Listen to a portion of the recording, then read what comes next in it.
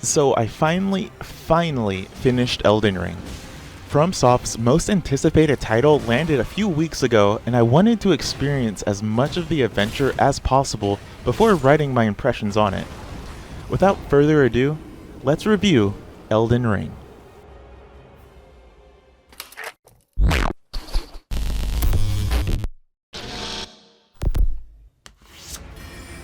First and foremost, let's talk about gameplay and what it keeps and changes from previous titles. It's definitely the tried and true formula that the Soulsborne titles are known for. A mix of attacking and the ever famous rolling all return. Of course, there are some nuanced differences as always, but if you're indoctrinated, you'll feel right at home. It took me a little time to get back into the swing of things, but it's still simple yet satisfying combat. Perhaps my favorite part of combat, though, is the bigger focus on special attacks and spells. I always felt that FromSoft never really went all in on these mechanics to my disappointment. Now, though, they seemingly heard me and have dozens of spells and abilities to find. I absolutely love the amount and variety of them, especially since I played as a magic user for my first playthrough. That said, I definitely wish that magic was a bit faster. Balance aside, some of the more interesting spells take way too long to start up, making me think that a lot of encounters would be simpler if I was just using a normal weapon. But that's a minor personal gripe.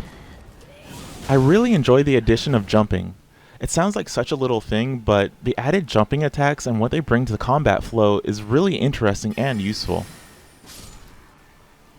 Since this is a big open world, there's a lot of places to see and visit.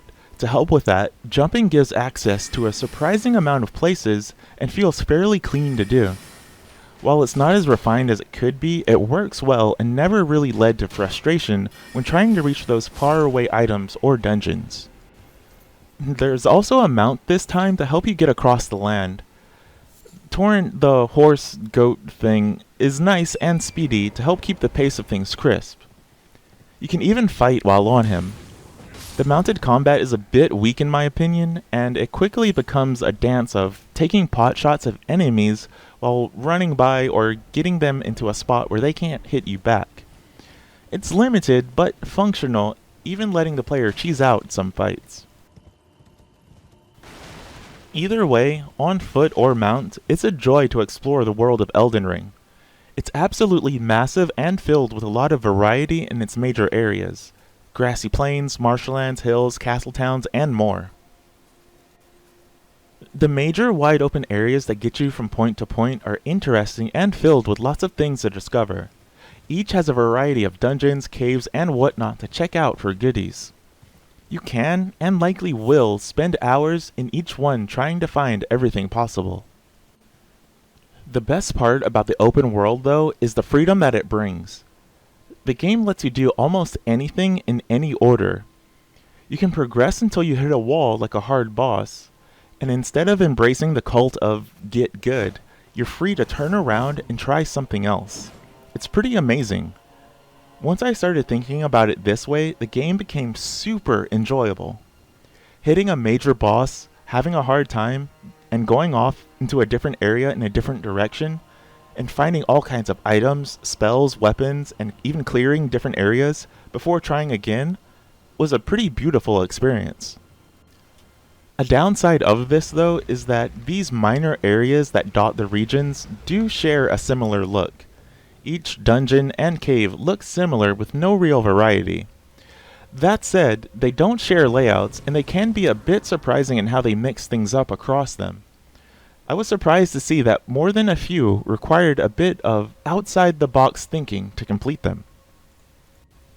Thankfully, the major areas that lead to story progression are all unique from each other.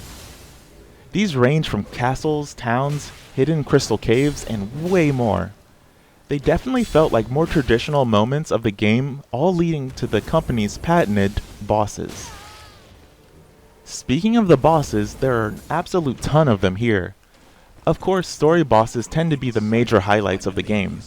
They get their own cutscene intros and even some lore reveals. Given that the open world nature of the game, I was worried that there would be too few of them. While they don't have a ton of these encounters, the ones that are here are great additions to the Soulsborne pantheon. I can't say this is the same for all the encounters though. Given the game's size, it's not surprising that some of the encounters repeat. It's a bit disappointing to see the giant cat boss multiple times, but I can kinda forgive it. With over 100 boss encounters in the game world, of course, some of them will reappear again. Thankfully, they never appear in the exact same way. A boss you beat one-on-one might reappear in some new dungeon with a new variant. It makes for some pretty intense encounters with enemies you beat before. As an open world hater, I actually enjoyed my time running around the world. It's massive. It almost seems to never end, especially if you're like me and you want to explore everything. At some point, I finally had to accept that I wouldn't see everything in one run, and had to shoot through some areas to gain some progress.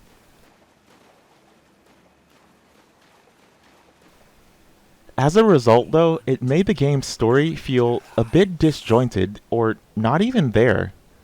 From Software generally places the story beats in the background, needing lots of context clues in the world, items, and whatnot. But it takes so long between major moments that I couldn't really grasp a lot of the plot points. So it's a bit of a negative point for me, but I can't be too harsh on it, because it's partly on me for wanting to explore so much. Thankfully though, side quests are where things really shine. The side stories here are really amazing, and once I was far enough into the game to be able to do a whole quest line, I was truly blown away by what happened to the characters and the world as a whole. It was a huge bright spot in the storytelling for me. I'd love to be able to go back and do all of them now that I have a better understanding of the world. I highly recommend not skipping these. It's not perfect, and there are definitely some performance issues across all platforms.